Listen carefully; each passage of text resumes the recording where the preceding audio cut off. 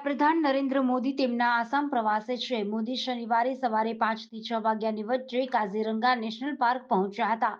વડાપ્રધાને કાઝીરંગા નેશનલ પાર્કમાં હાથી પર સવારી કરી હતી અને જંગલમાં સફારી પર ગયા હતા. આ દરમિયાન પાર્ક ડિરેક્ટર સોનાલી ઘોષ તેમની સાથે હતા અને સિનિયર ફોરેસ્ટ અધિકારી પણ હતા.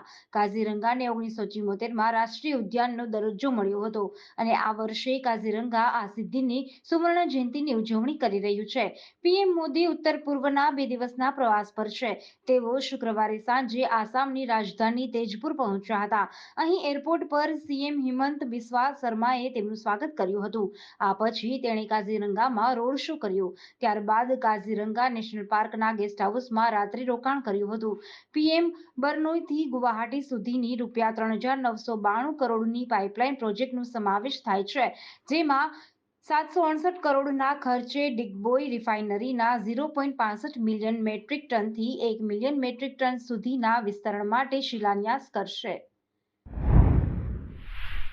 સાબરકાંઠા જિલ્લાના હિંમતનગર તાલુકાના ગામડી પાસે ગઈકાલે કાર અને બાઇક વચ્ચે અકસ્માત સર્જાયો હતો, જેમાં ઢુંઢરના બાઇક ચાલકનું ગંભીર ઇજાને કારણે સિવિલમાં સારવાર દરમિયાન મોત નીપજ્યું હતું, જેને લઈને ગામભોઈ પોલીસ સ્ટેશનમાં અકસ્માતનો ગુનો નોંધાયો હતો. ઢુંઢર ગામના ભરતભાઈ જયંતિભાઈ પંચાલ અને દેવરાજસિંહ જગતસિંહ પરમાર બંને બાઇક લઈને રોંગ સાઈડે જતા હતા. આ દરમિયાન સામેની કાર સાથે ટકરાતા ગમખ્વાર અકસ્માત સર્જાયો હતો, જેમાં બાઇક ચાલક ભરત પંચાલ અને દેવરાજસિંહ પરમાર બંનેને શરીરે ગંભીર ઇજાઓ થતા 108 દ્વારા હિંમતનગર સિવિલ હોસ્પિટલમાં ખસેડવામાં આવ્યા હતા, જ્યાં સારવાર દરમિયાન ચાલક 40 વર્ષીય ભરતભાઈ પંચાલનું મોત નીપજ્યું હતું. અકસ્માત અંગે કાર ચાલક ધ્રુમિલકુમાર ધર્મેશકુમાર શાહે બાઇક ચાલક સામે ફરિયાદ નોંધાવતા પોલીસે અકસ્માત મોતનો ગુનો નોંધી આગળની કાર્યવાહી હાથ ધરી હતી.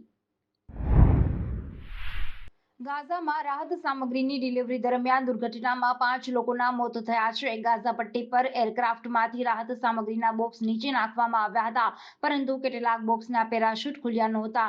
આકાશમાંથી આ બોક્સ ધબ દઈને નીચે ઉભેલા લોકો પર પડ્યા હતા, જેમાં 10 લોકો ઘાયલ પણ થયા છે. ગાઝામાં લોકોને ખાવા માટે આકાશમાંથી પેરાશૂટ દ્વારા રાહત સામગ્રીના બોક્સ પહોંચાડવામાં આવી રહ્યા છે.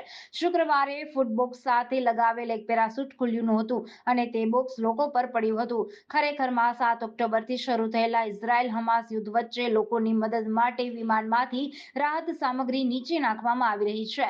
પેરાશૂટની મદદથી તે નીચે આવે કે તરત જ પેલેસ્ટીનીયનો તેને લેવા માટે દોડે છે. સમાચાર એજન્સી એએફપીના અહેવાલ મુજબ હાલની ઘટના અલ શાંતિ રેફ્યુજી કેમ્પ પાસે બની હતી.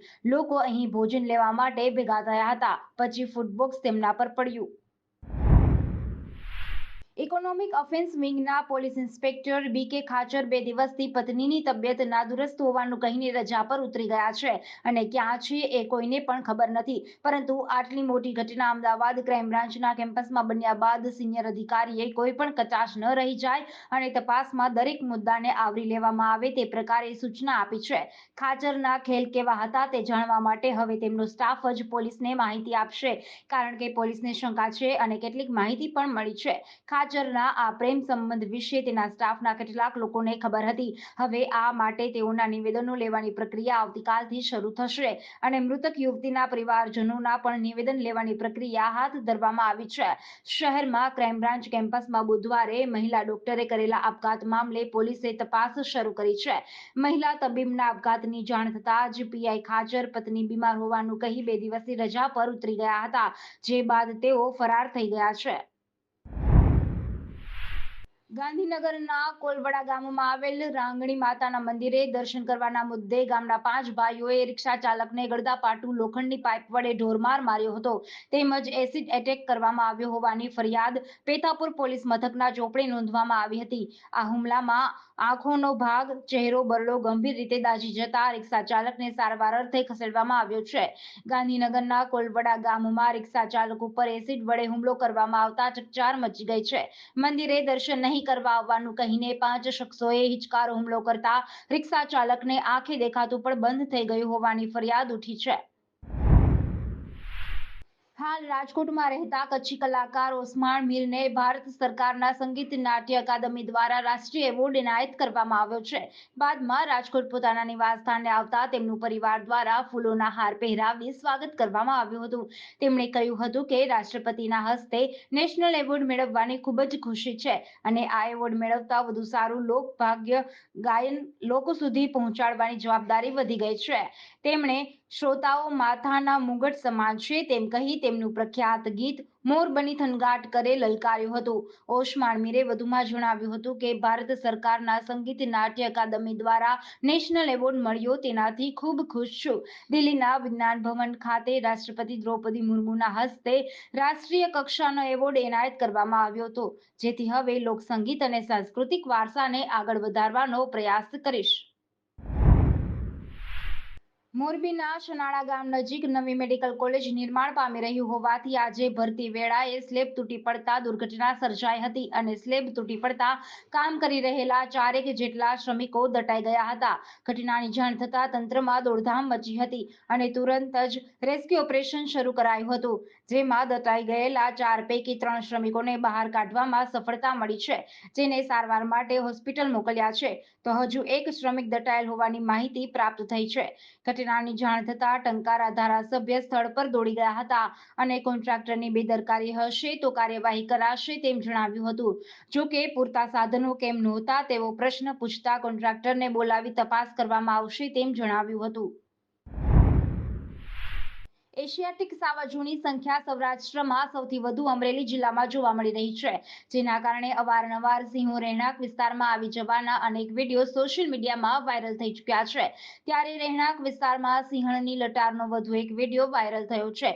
રાજુલા તાલુકાના કોવાયા ગામમાં અલ્ટ્રાટેક સિમેન્ટ કંપનીની કોલોની પાસે લક્ષ્મીનારાયણ મંદિર નજીક રાત્રિના સમયે શિકારની શોધમાં સિંહણ લટાર મારી રહી છે. ચારે તરફ જઈ સિંહણે શિકારની શોધ કરી હતી, પરંતુ પશુનો શિકાર ન મળતા સિંહણ ફરી રેવન્યુ વિસ્તારમાં રવાના થઈ હતી. સિંહણની લટારની ઘટનાને સ્થાનિક વાહન ચાલકે વિડીયો ઉતારી લીધો હતો, જે સોશિયલ મીડિયામાં વાયરલ થતા સ્થાનિકોમાં ફફડાટ ફેલાયો છે. દિલ્હી પહોંચેલા માલદીવ્સના પૂર્વ રાષ્ટ્રપતિ મોહમ્મદ નશીદે ભારત અને માલદીવ્સના સંબંધો પર ચિંતા વ્યક્ત કરી છે. તેમણે માલદીવ્સના લોકો વતી માફી પણ માંગી છે. મોહમ્મદ નશીદે કહ્યું કે ભારત સાથેના વિવાદથી માલદીવ્સ પર ભારે અસર થઈ છે.